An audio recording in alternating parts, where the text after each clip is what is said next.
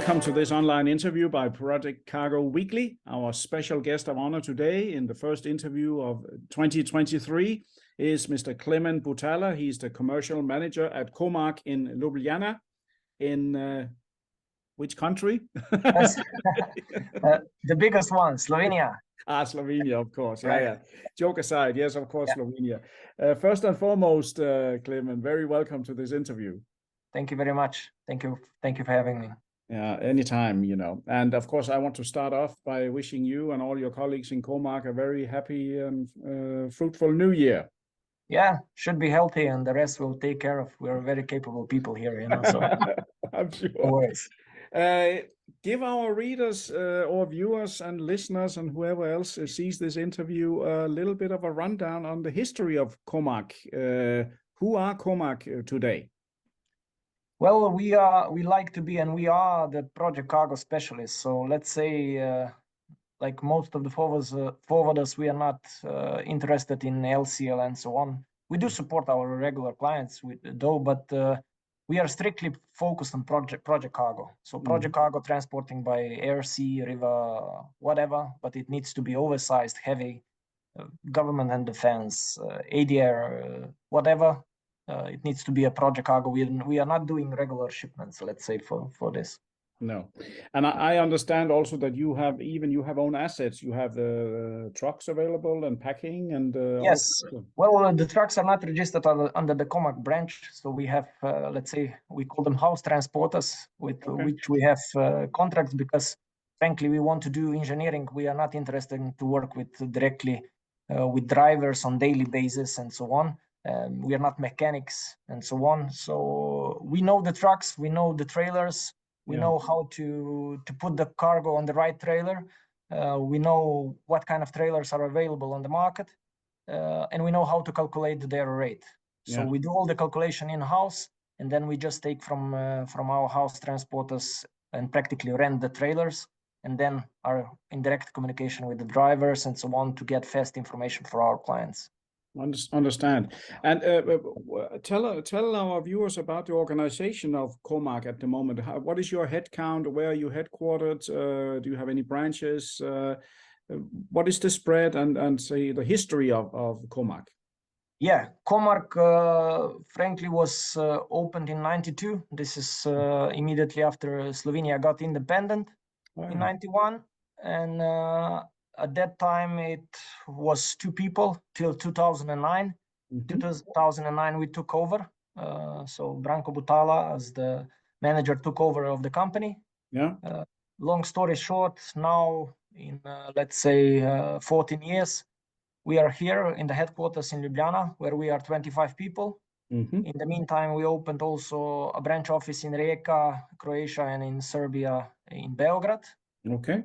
Why? Because we want to expand on the Balkan territory. I think it's a very special territory where most of the big ones are not or don't want to be present with their project offices. So we are taking care of this barrier between global world and the Balkan area. And we want to take care of all project cargo, which is going from to or through this area. Okay, that's a smart move. Yeah, there are many, let's say, ex-Yugoslavian, let's say, countries down there, and few who come from outside have any idea where is what. And I don't think there's any Balkan specialist outside the Balkan, actually. So it's good that you are there. Correct. Yeah, we speak more or less the same language once we were together in the same country. So there are a lot of connections. It's, let's say, similar temperament, similar culture. So we get along quite well, and it's a very nice region, and it's a region with a lot of prospect for the future. Yeah. Definitely.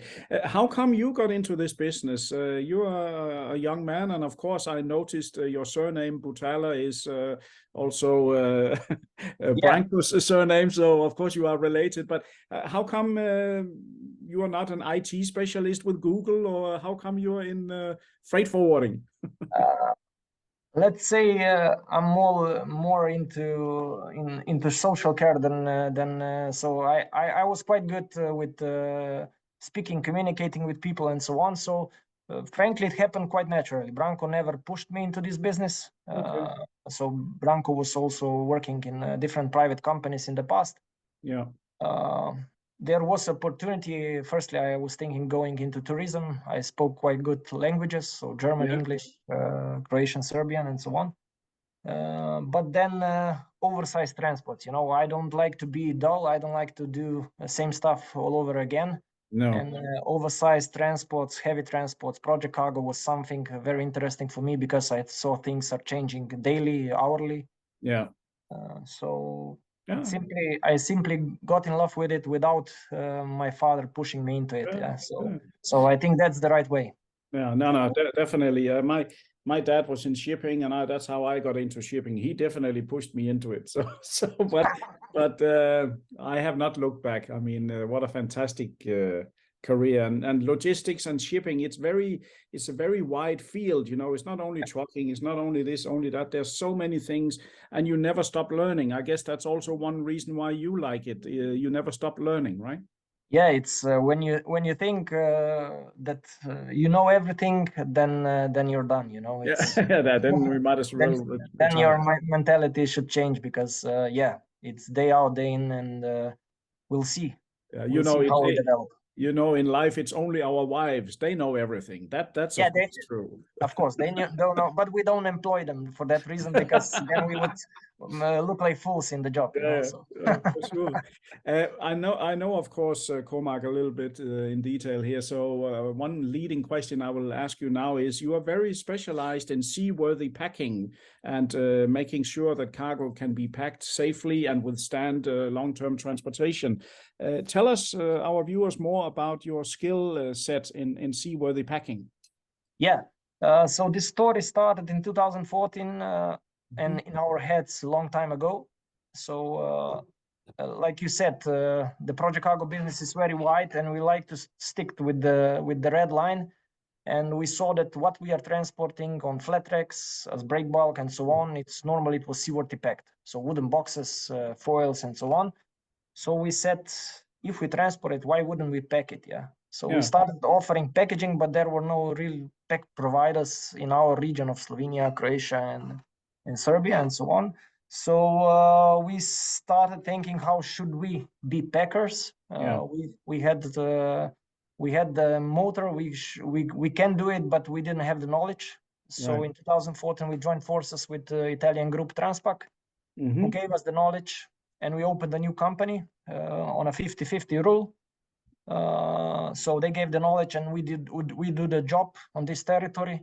So since 2014, we opened a new company, Packlock, so packaging logistics. And this company has same ownership. So again, the family Butala is behind, but it's totally independent from Comark. Comark is doing the commercial business with packaging. So once we have project, we try to sell everything: packaging, transport, dismantling, assembling, whatever.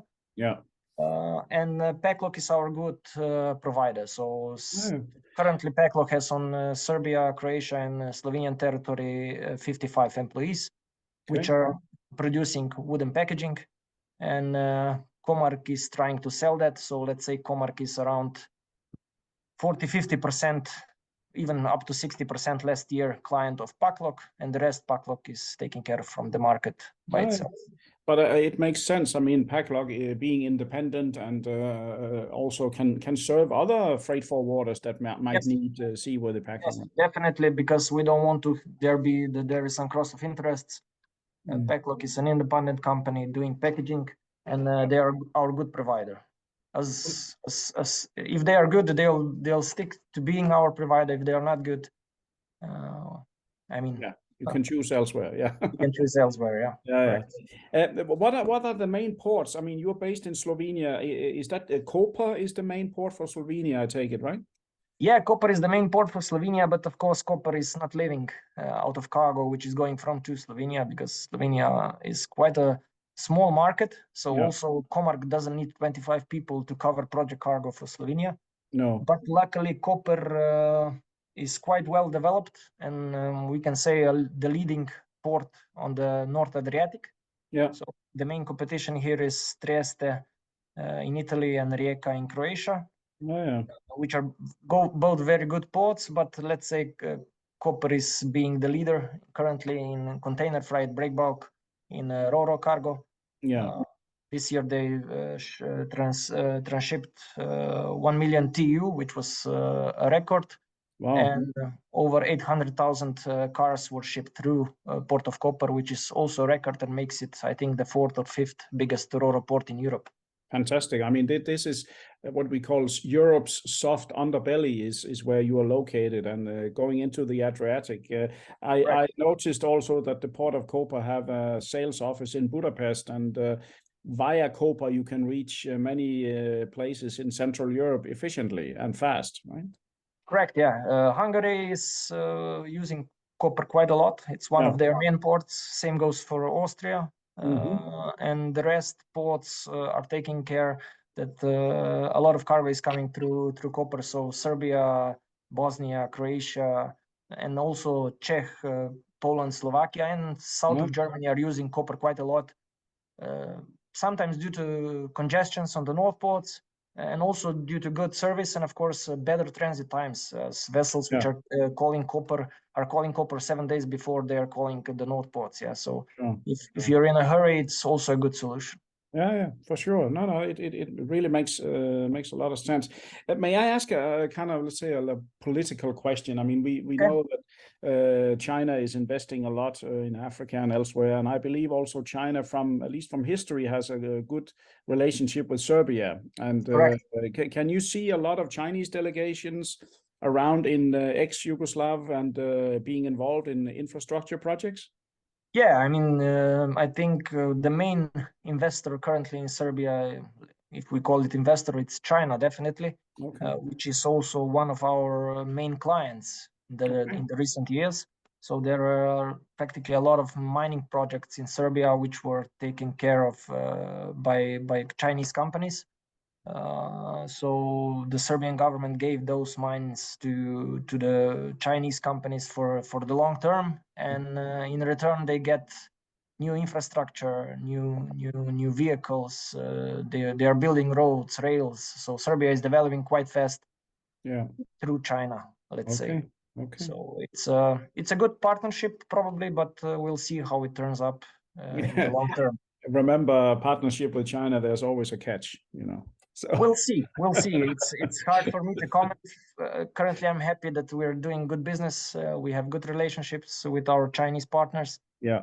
And in looking it from that side, it's good for us. Yeah. But if it's good for Serbia, only history will tell. Yeah. Of course. And these days, life can really change very fast. We can see the war almost in the middle of Europe, since the last year, which is terrible. But what can we do? Big politics and politicians, it's something too boring to talk about at this interview. So let's try to avoid it. Yeah. How do you foresee here? One of the final questions. How do you foresee Comark's role in 2023? What are your plans? Do you feel the market is going up, down, or is it stable? What's your hunch or your gut feeling? Well, in generally, people are talking about market and situation going down, but what you speak, what you are, and this will happen. So speak about positive things. I think for us it will go up. We are having organic growth, so every year we grow for 10 to 20%, not more. Also in the years where the ocean freight went significantly up, the Comark raised up only for 10 to 15%. So we were not like other forwarders who went 100% up and will go probably next year 100% down. No. So let's see. For us, it's positive. We currently also know what we will do till June, which is not very typical for our kind of business. Wow! But there is a lot of investments in, like we spoke before, in Serbia, in Hungary. Yeah. So we have a lot of transports already in plan. A lot of vessels coming to Koper, probably also because of the situation in the Black Sea. Vessels from Cosco, Chipolbrok, and so on are turning to Adriatic ports due to, of course, situation in the Black Sea. Yeah. No, but that's certainly good. Yeah, and it was a CP vessel that I attended in Sweden when I fell and broke my wrist here, but Yeah.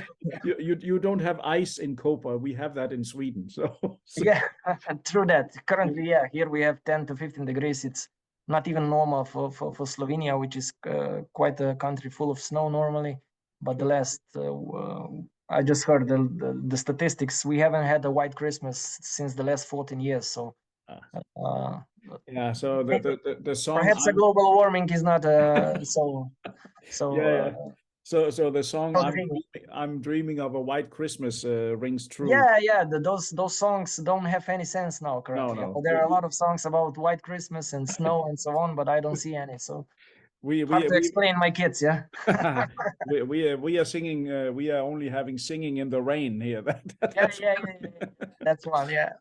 But very good, Klemen. No, but of course I know you from before, and you are a most efficient and hardworking young man. And also I respect both Comark and particularly your father very much for being very proper and reliable people. So that I same back to you, Bo. Yeah. We have only got experience, and let's say with you we started the global market. So thank you also to you for welcoming us, and it's a real joy to be a part of your group. Good to hear. Good to hear. Yeah, listen, I want to say formally many thanks, Klemen, for of course these roses here in the end, and also very good answers to the questions I had. Thank you very much. Thank you for your questions, and thank you for a nice interview. Welcome. And to all our listeners, viewers, and readers from around the world, this was yet another great interview by Project Cargo Weekly.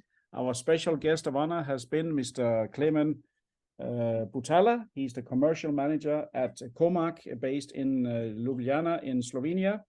And he's part of a group that is very strong in trucking, inland transportation, and project cargo, and seaworthy packing. So anything to and from Balkan, do consider them. Stay tuned for more interviews in the near future. Thank you.